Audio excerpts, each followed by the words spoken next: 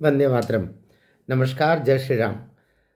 दिल्ली के लिए आज की रात, जिसको बोलते हैं ना कि वो कत्ल की रात, ऐसी रात है। और भारतीय जनता पार्टी जहां आश्वस्त है कि वही सरकार बनाएगी, ठीक उस तरीके से आपके भीतर भी कशमकश है कि हम ये मुंह तक आया हुआ जो निवाला है, ये छीन तो नहीं रहा है।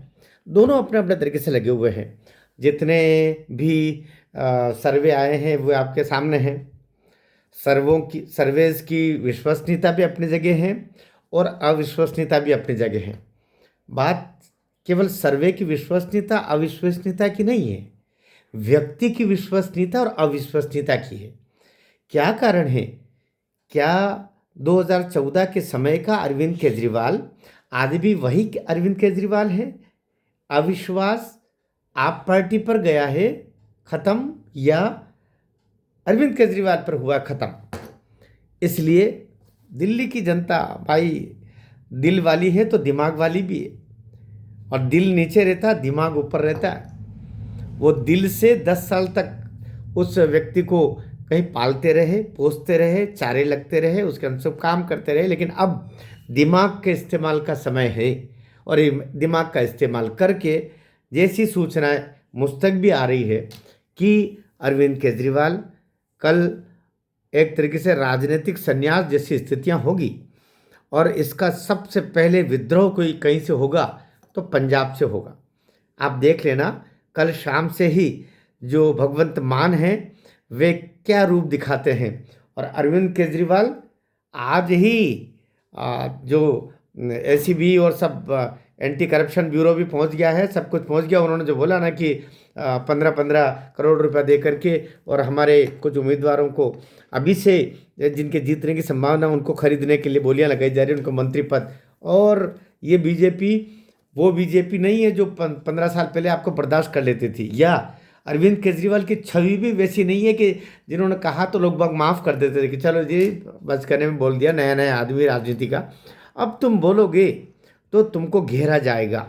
परिणाम ये हो रहा कि उन्होंने बोला 24 घंटे के अंदर अंदर तो यहाँ कार्रवाई शुरू हो गई। बीजेपी ने भी बोल दिया कि हम इसके तहत तक आपको बताना पड़ेगा कि आखिर ये फ़ोन किसने किए, किसको किए, 15 करोड़ की बात कैसे बोल रहे हो, और नहीं तो आपको कार्रवाई के लिए तैयार रहना होगा। और परिणाम ये हो रहा कि अभी अरविंद केजरीवाल के घर भी सभी एजेंसियां पहुंच गई है। मनीष सिसोदिया तो कहीं गुफा में अलग घुसे पड़े हैं। संजय सिंह ने भी चूंकि हाँ में हाँ मिलाई, तो संजय सिंह ने एक लिखित में वक्तव्य दिया है। अरविंद केजरीवाल ने बयान दिया ही नहीं है, अब ये भागते फिर रहे हैं। लेकिन बात यह है, वो अरविंद केजरीवाल जो 10 साल पहले एक फटेला झोला और बिल्कुल ऐसा बेहाल फकीरों के जैसा, जो कह सकते हैं कि जिसके पास कुछ भी नहीं, सब कुछ लुट गया हो, ऐसी अवस्था पर लेके आया था।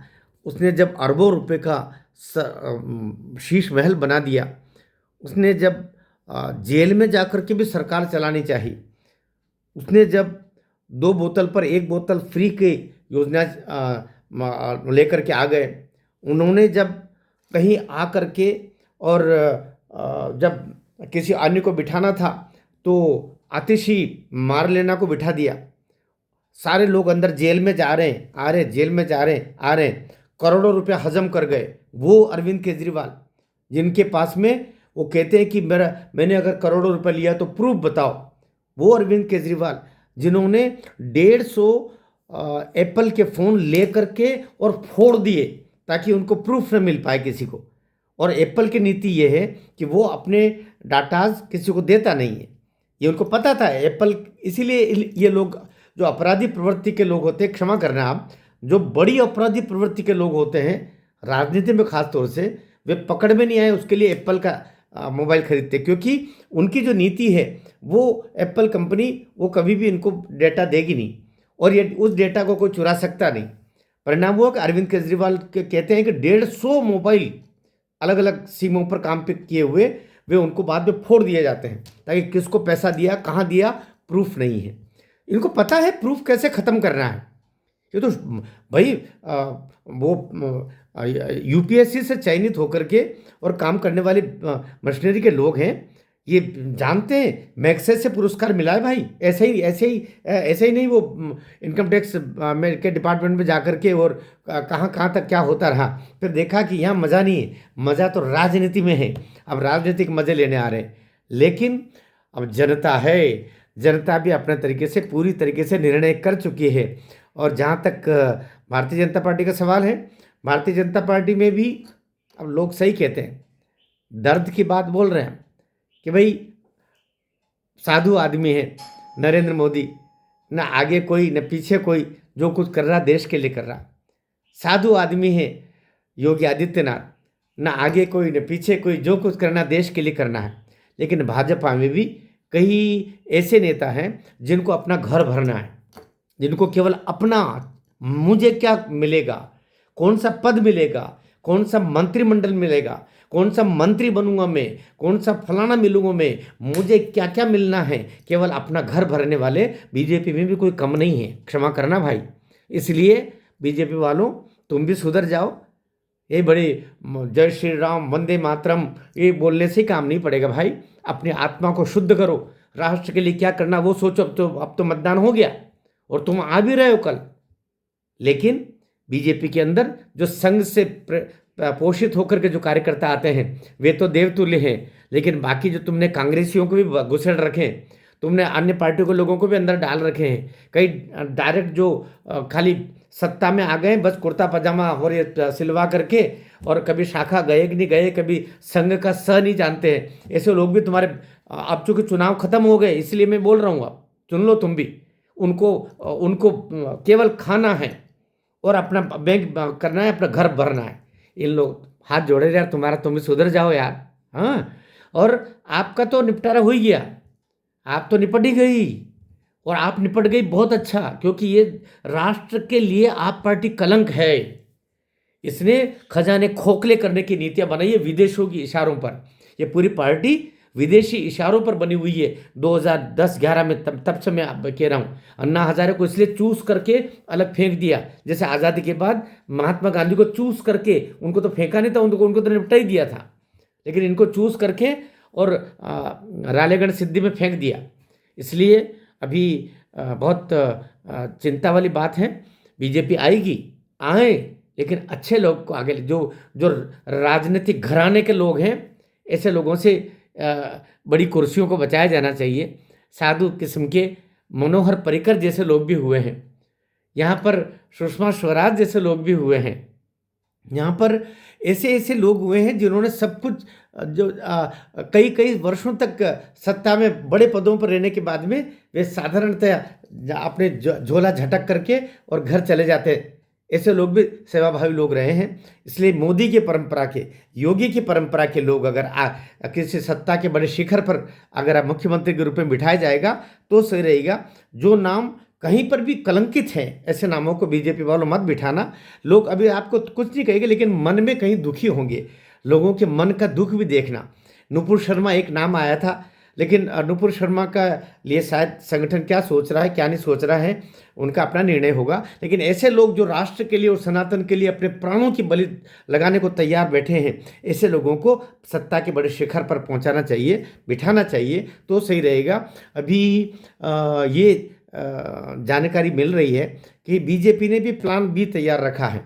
वो प्लान बी वो है जिसके तहत यदि 1-2 सीट कम ज़्यादा कभी रहे, 35 की जगह 33 आ गया, जैसे पहले भी हुआ था, ये 14 में हम भुगत चुके हैं। हम क्या मतलब, आप भुगत चुके बीजेपी वालों। तो उस समय 33 आई थी, अगर तुम 2-3 का जुगाड़ करते तो उसी समय ये आप नाम का कलंक आगे बढ़ता ही नहीं, लेकिन आप ही ने बढ़ाया। क्षमा करना, ये बात भी बीजेपी की सदाशयता उस समय भारी पड़ गई। तो अभी करना ये चाहिए। मैं तो खाली एक परामर्शक की भूमिका में हूँ। मैं सोचता हूँ कि बीजेपी को जो प्लान बी है उसके तहत ये लगभग सोचा जा रहा है कि 2-3 विधायक जितने कम पड़ेंगे उतने ही उधर से त्यागपत्र दिलवाने की योजना भी है।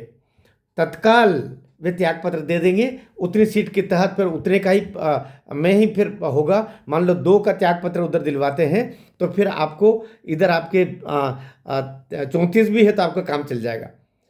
और अगर 3 का दिलवा देते हैं तो इधर फिर आपके 33 भी है तो काम चल जाएगा। और वो जो 33 है उनका पुनर्चुनाव करके करने की योजना हो सकती है, ऐसा सुनने में आ रहा है। मुझे लगता है ये प्लान बी में काफ़ी हद तक लोग बाग काम कर रहे हैं अपना, और उसमें वे लगे हुए हैं। यद्यपि बीजेपी को स्पष्ट बहुमत मिलेगा, इसमें कोई दो मत नहीं है, लेकिन बीजेपी किसी भी कीमत पर अब इस सत्ता के जो लालची व्यक्ति को अब लाना नहीं चाहती है। ये जो पूरी खजाने खाली करके बर्बाद कर दी, पूरी दिल्ली को कचरा घर बना के रख दिया है।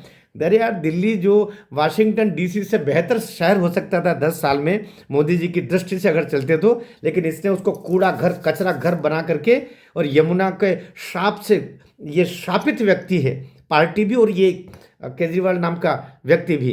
अब इससे बचाना है तो बीजेपी हर कीमत पर अब सत्ता में लौटेगी और लौटना चाहिए। मुझे लगता है प्लान बी के तहत जो 2 योजनाएं चल रही है, एक योजना का मैंने आपको बता दिया, उसमें त्यागपत्र योजना है, और दूसरी योजना क्या है वो शायद ईश्वर वहाँ तक की ज़रूरत नहीं पड़ेगी, लेकिन वो योजना भी तैयार है। इसलिए सब अच्छा होगा। आपकी अपने कमेंट में बताइएगा आपको क्या लगता है, और किस रूप में ये सत्ता में आप किन किन लोगों को, मुख्यमंत्री कौन होना चाहिए, कौन क्या होना चाहिए, ज़रा अपने भी टिप्पणियाँ देंगे तो अच्छा लगेगा। भारत माता की जय।